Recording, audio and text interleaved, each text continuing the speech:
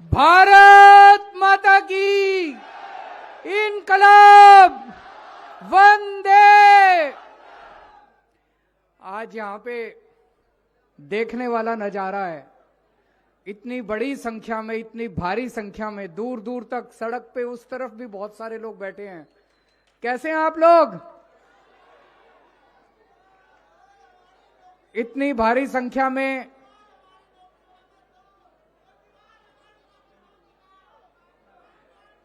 मैं आपकी भी बात करूंगा, चिंता ना करो। आपकी भी बात करूंगा, चिंता ना करो।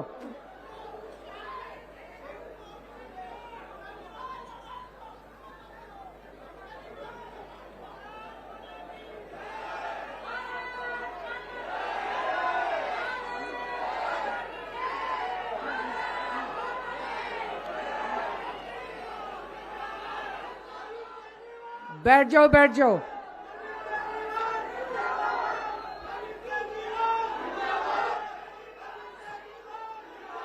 पूरी दिल्ली में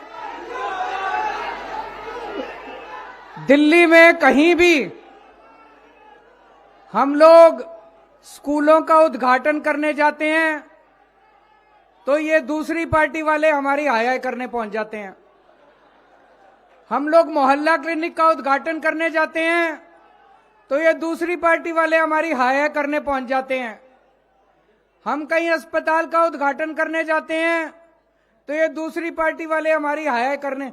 मैं आपसे पूछना चाहता हूं, आज तो पवित्र दिन है, 4 स्कूलों का उद्घाटन हो रहा है, 10,000 बच्चों की शिक्षा का इंतजाम हो रहा है। आज तो कम से कम ये गंदी राजनीति ना करो। आपको केजरीवाल से दुश्मनी है, आपको इनके जनता के बच्चों से तो दुश्मनी ना करो। इनके बच्चों को शिक्षा मिलने वाली है, इस मौके पे तो ये सब गंदी हरकत नहीं करनी चाहिए। आज इतनी भारी संख्या में आप सब लोग आए हैं, ये मेरे लिए बहुत सुकून की बात है। एक टाइम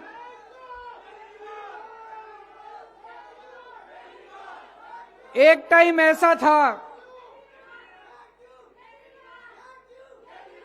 थैंक यू। एक टाइम ऐसा था दिल्ली में जब सरकारी स्कूलों की इतनी बुरी हालत थी, गरीबों को अपने बच्चों को मजबूरी में सरकारी स्कूलों में भेजना पड़ता था। पैसे नहीं थे, प्राइवेट स्कूलों की फीस अनाप शनाप होती थी, प्राइवेट स्कूलों में भेज नहीं सकते थे। लेकिन जब गरीब आदमी अपने बच्चों को सरकारी स्कूल में भेजता था, उसको उम्मीद नहीं थी कि मेरे बच्चे पढ़ लिख के कुछ बनेंगे। सरकारी स्कूलों में पढ़ाई के नाम पे बिल्कुल जीरो था। आज 4 सरकारी स्कूलों के उद्घाटन के ऊपर, 4 सरकारी स्कूलों के उद्घाटन के उपलक्ष्य में इतनी भारी भीड़ जमा हुई है। इसका मतलब लोगों के अंदर उम्मीद जागी है कि अब हमारे बच्चों को अच्छी शिक्षा मिले। यह मेरे लिए सबसे सुकून की बात है। जो उम्मीद एक गरीब आदमी खो चुका था, रिक्शे वाला, मजदूर, किसान, दिहाड़ी वाला, प्लम्बर, इलेक्ट्रिशियन, एक गरीब आदमी जो उम्मीद खो चुका था कि मेरे बच्चों को अच्छी शिक्षा मिल सकती है, एक गरीब आदमी ये उम्मीद खो चुका था कि मेरे बच्चे भी बड़े होकर डॉक्टर, इंजीनियर बन सकते हैं, वो उम्मीद गरीबों के अंदर दोबारा जागी है कि मेरे बच्चों को भी अच्छा भविष्य मिल सकता है। ये मेरे लिए सबसे बड़ी बात है। आज पहले क्या था, पड़ोस में एक परिवार रहता है, उसमें प्राइवेट स्कूल का बच्चा जाता है, प्राइवेट स्कूल में हमारा बच्चा जाता है सरकारी स्कूल में। जब सरकारी स्कूल वाला बच्चा प्राइवेट स्कूल वाले बच्चे के साथ मिलता था तो सरकारी स्कूल वाले को थोड़ी सी हीन भावना लगती थी कि मैं इससे कमजोर हूं, मैं इससे छोटा हूं। आज जब एक प्राइवेट स्कूल वाला और सरकारी स्कूल वाला बच्चा मिलते हैं तो सरकारी स्कूल वाला बच्चा भी अपनी कॉलर ऊपर करके बात करता है, उससे उसमें कॉन्फिडेंस आ गया कि अब मैं भी अच्छे स्कूल के अंदर पढ़ता हूं। अभी जैसे बताया, हमारे जितने सरकारी स्कूल बन रहे हैं, इतनी शानदार बिल्डिंग बन रही है, किसी प्राइवेट स्कूल की इतनी शानदार बिल्डिंग नहीं है। शानदार टीचर है हमारे, किसी प्राइवेट स्कूल में इतने शानदार टीचर नहीं है।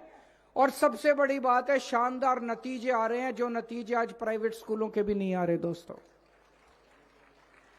मुझे बेहद खुशी है आज इस मौके के ऊपर जबकि यहां 4 नए स्कूलों का उद्घाटन किया जा रहा है, इसमें 10,000 बच्चे एक साथ 10,000 बच्चों की शिक्षा का आज इंतजाम किया जा रहा है। ये स्कूल 1 साल में बनके तैयार हो जाएंगे। आज इनकी नींव रखी जा रही है और मुझे पूरा यकीन है 1 साल के बाद आप लोगों के बीच में मैं उद्घाटन करने के लिए आऊंगा। इस मौके पे मुझे आज आपके बीच में आने का मौका मिला, मैं अपने आप को बड़ा सौभाग्यशाली समझता हूं। लेकिन इसका बहुत बड़ा श्रेय मैं आपके विधायक, आपके एमएलए ऋतुराज को देता हूं। ये दोनों जमीन जो है ये डीडीए की जमीन है। डीडीए इतनी आसानी से जमीन देता नहीं है। इन्होंने पीछे पढ़ पढ़ के डीडीए से ये जमीन ली। उसके बाद एजुकेशन डिपार्टमेंट में पीछे पढ़ के इन्होंने सारी फाइलें साइन कराई। आज इस मौके पे मैं डीडीए का भी धन्यवाद करना चाहता हूं, शिक्षा विभाग को भी बधाई देना चाहता हूं, जिन्होंने आज ये संभव कर पाया कि ये चारों स्कूलों का उद्घाटन शिलान्यास किया जा रहा है। अभी तक आपके इलाके में टोटल 10 स्कूल थे। उन 10 स्कूलों की पहले हालत बहुत खराब थी। एक वो सामने वाला स्कूल है, ये भी बता रहे हैं, पहले टाट के अंदर चलता था और टिन के अंदर चलता था। अब देखो शानदार बिल्डिंग बनी पड़ी है। 10 स्कूल थे पहले, 10 के 10 की बुरी हालत थी। सबसे पहले हमने वो 10 स्कूल शानदार बनाए, अच्छे बनाए। अब 10 नए स्कूल बन रहे हैं, जिसमें से 4 स्कूल ये यहां पे बनेंगे। 10 नए स्कूल बन रहे हैं। इन 4 स्कूलों में 10,000 नए बच्चे पढ़ेंगे और 20 स्कूल टोटल किराड़ी विधानसभा में हो जाएंगे। उसके बाद आपके बच्चों को शिक्षा की कोई समस्या नहीं होगी, शानदार शिक्षा मिलेगी। आपके बच्चों को दूर दूर चल के नहीं जाना पड़ेगा शिक्षा के लिए, सबका इंतजाम हो जाएगा। पूरी दिल्ली के अंदर अब हमने नक्शा बनाया। पूरी दिल्ली में सरकारी स्कूल जो थे वो तो अच्छे कर दिए, लेकिन कई इलाके ऐसे हैं दिल्ली में जहां पे स्कूलों की कमी है। कुछ जगह ऐसी हैं जहां ज्यादा स्कूल हो गए, कुछ जगह ऐसी है जहां स्कूलों की कमी है। उसकी पूरी लिस्ट बनाई है। पूरी दिल्ली में जहां जहां स्कूलों की कमी है, अब नए स्कूल हम वहां वहां बनाते जा रहे हैं, ताकि गरीबों के बच्चों को अपने घर के पास ही शिक्षा का इंतजाम हो सके। और शानदार स्कूल बन रहे हैं, लेबोरेटरी बनेंगी, शानदार लेबोरेटरी।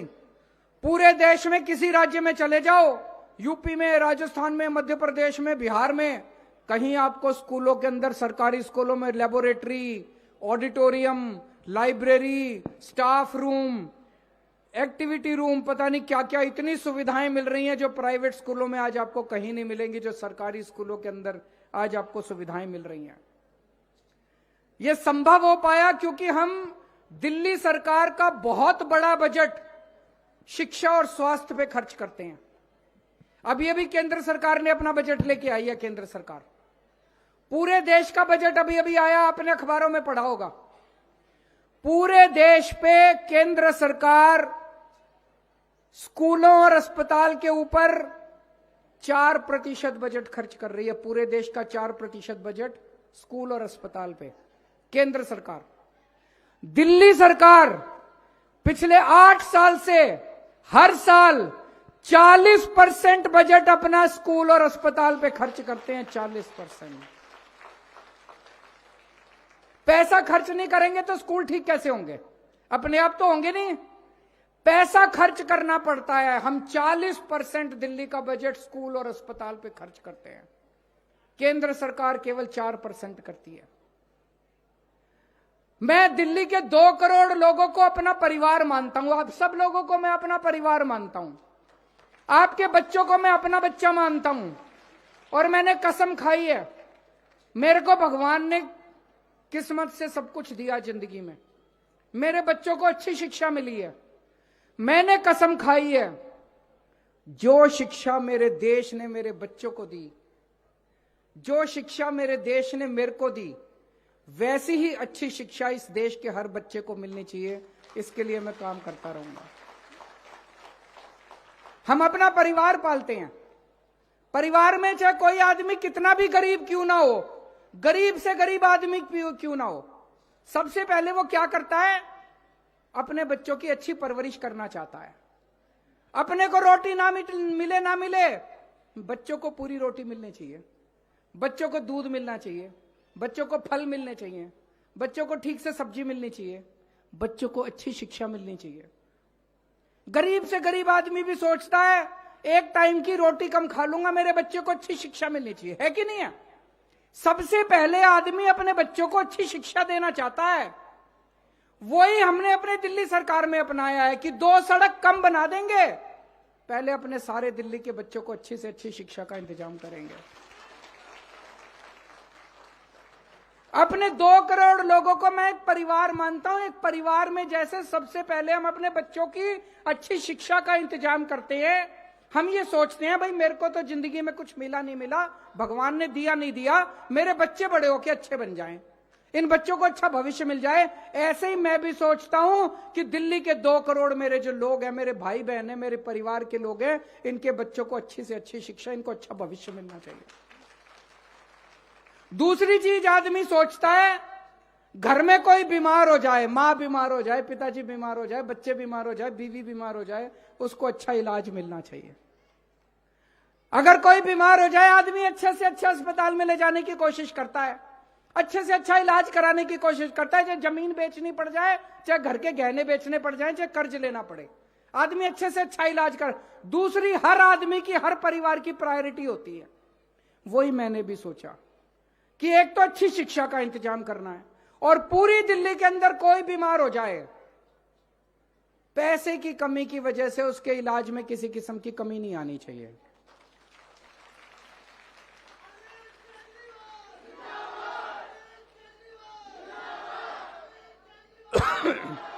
पूरी दिल्ली में जगह जगह मोहल्ला क्लिनिक बनवा दिए।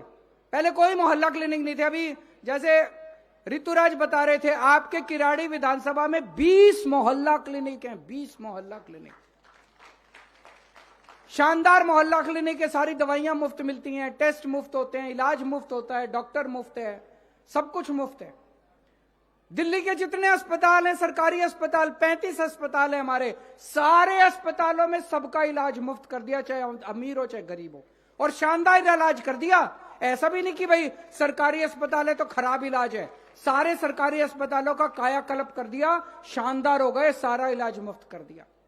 अब आपके यहां भी जो अस्पताल बनना है, उस अस्पताल की जिम्मेदारी मैं लेके जाऊंगा, उसको भी बनवाएंगे उस अस्पताल को।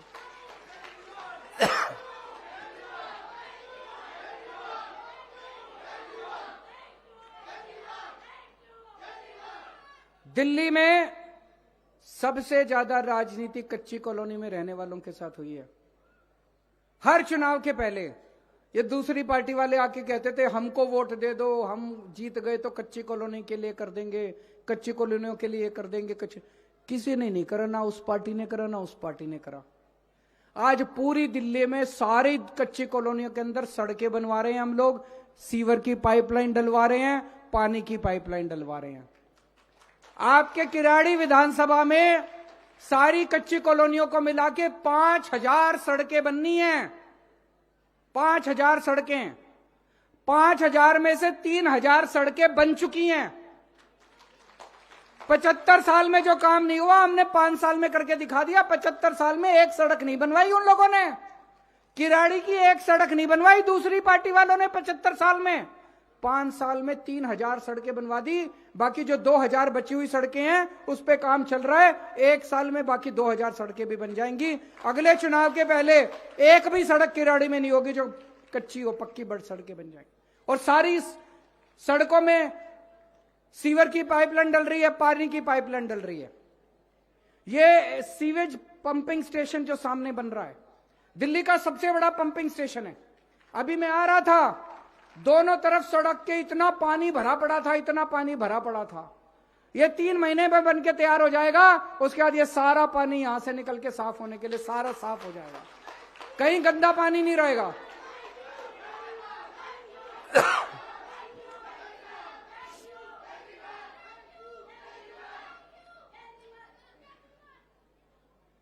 आज ये लोग हमारे इतना पीछे पड़े हुए हैं, आप लोग रोज अखबारों में पढ़ते होंगे।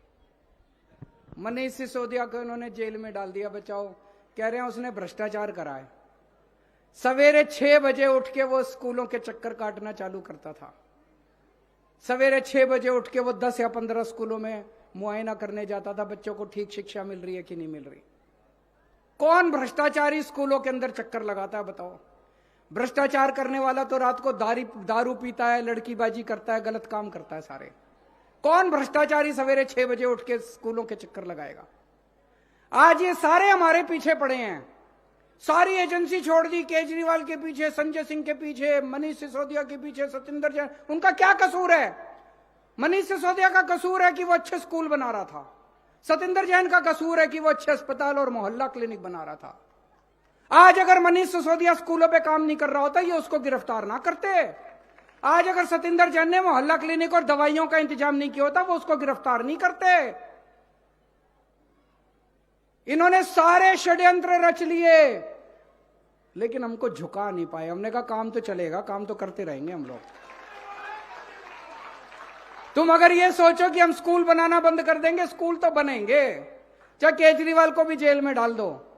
तुम जो सोचो कि अस्पताल बनाना बंद कर देंगे, मोहल्ला क्लिनिक बनाना बंद कर देंगे, स्कूल तो, अस्पताल तो बनेंगे, मोहल्ला क्लिनिक तो बनेगा, जनता का इलाज तो होगा, चाहे केजरीवाल को भी जेल में डाल दो। आज ये हमारा कुछ नहीं बिगाड़ पा रहे, क्यों? करोड़ों बच्चे जिनको हमने स्कूलों में पढ़ाया, गरीबों के बच्चे, उनके मां बाप का आशीर्वाद हमारे साथ है। वो करोड़ों लोग जिनका फ्री में इलाज हुआ, जिनका अस्पतालों के अंदर, मोहल्ला क्लिनिक के अंदर फ्री में इलाज हुआ, उन सबका आशीर्वाद हमारे साथ है। और जिसके साथ गरीब का आशीर्वाद होता है, उसके साथ भगवान का आशीर्वाद होता है, उसके साथ भगवान होता है।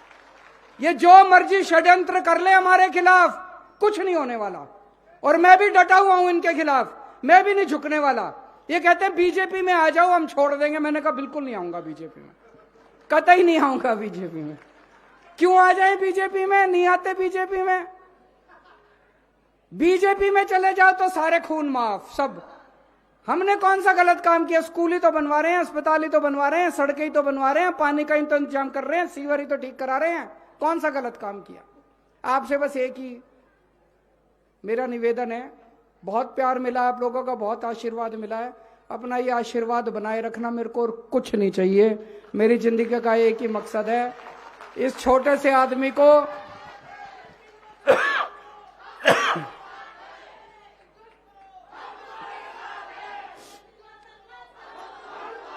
इस छोटे से आदमी को कल तक मैं दिल्ली की गलियों में घूमा करता था यूं ही।